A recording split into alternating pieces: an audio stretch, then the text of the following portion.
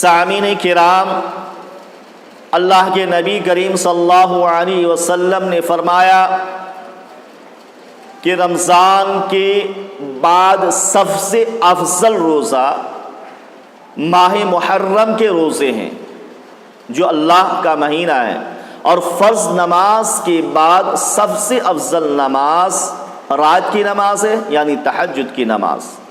خاص طور پر یوم عاشورہ کا روزہ یعنی 10 محرم کا روزہ ضرور رکھنا چاہیے، کیونکہ آپ صلی اللہ علیہ وسلم مکہ مکرمہ میں تھے، مسلسل اس روزے کا اہتمام کرتے۔ پھر آپ جب مدینہ تشریف لائے، وہاں بھی آپ صلی اللہ علیہ وسلم نے یوم عاشورہ کا روزہ رکھتے تھے۔ صحابہ کرام رضوان اللہ اجمعین کو اس کا حکم دیا کرتے تھے۔ اس کے بعد جب رمضان کے روزے فرض ہوئے تو آپ صلی اللہ علیہ وسلم نے فرمایا اب جو چاہے اس دن کا روزہ رکھے اور جو چاہے چھوڑ دے۔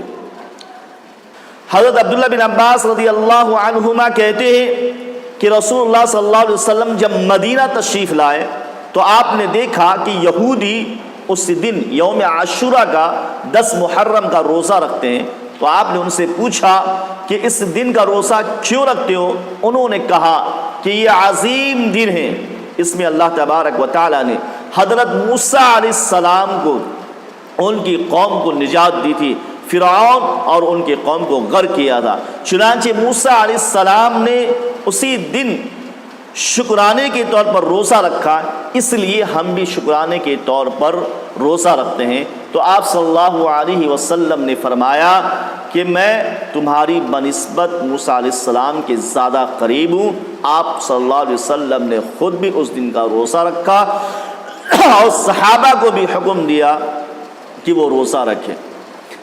تو یوم عاشورہ ایک دن کے روزے کی فضیلت کے بارے میں اللہ کے نبی صلی اللہ علیہ وسلم کیا فرماتے ہیں، آئیے آپ بھی سماعت فرما لیں۔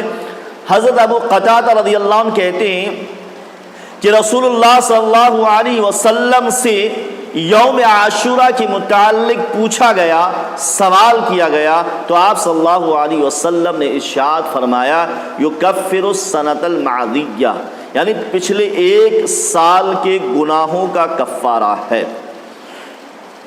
یعنی آپ نے جو پچھلے 1 سال گناہ کیے ہیں ان گناہوں کو یہ یوم عاشورہ کا روزہ مٹا دیتا ہے۔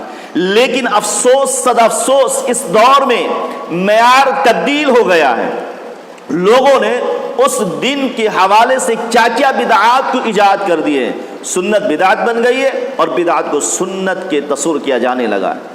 حالانکہ اس دن روزے کا اہتمام کرنا چاہیے تاکہ پچھلے 1 سال میں جو گناہ کیے ہیں اس کا کفارہ ہو جائے، وہ مٹ جائے اور گناہ ختم ہو جائے۔ لیکن یوم عاشورہ کے دن لوگ کھانے کی ڈشیں تیار کرتے ہیں، دودھ، شربتیں اور پانی کے سبیلے لگائی جاتی ہیں، سنت رسول اللہ کا مذاق اڑایا جاتا ہے۔ نہیں معلوم کہ یہ لوگ حضرت حسین کی شہادت کا غم ہے مناتے ہیں یا حضرت حسین کی شہادت کا جشن مناتے ہیں جو یہ لوگ یوم عاشورہ کے دن کرتے ہیں۔ حالانکہ ہونا تو یہ چاہیے کہ یوم عاشورہ کے دن روزے کا اہتمام کرنا چاہیے، زیادہ سے زیادہ عبادت کا اہتمام کرنا چاہیے۔ اور اگر آپ یوم عاشورہ کے ساتھ ساتھ ایک اور آپ کو 9 محرم الحرام کا روزہ رکھنا ہوگا۔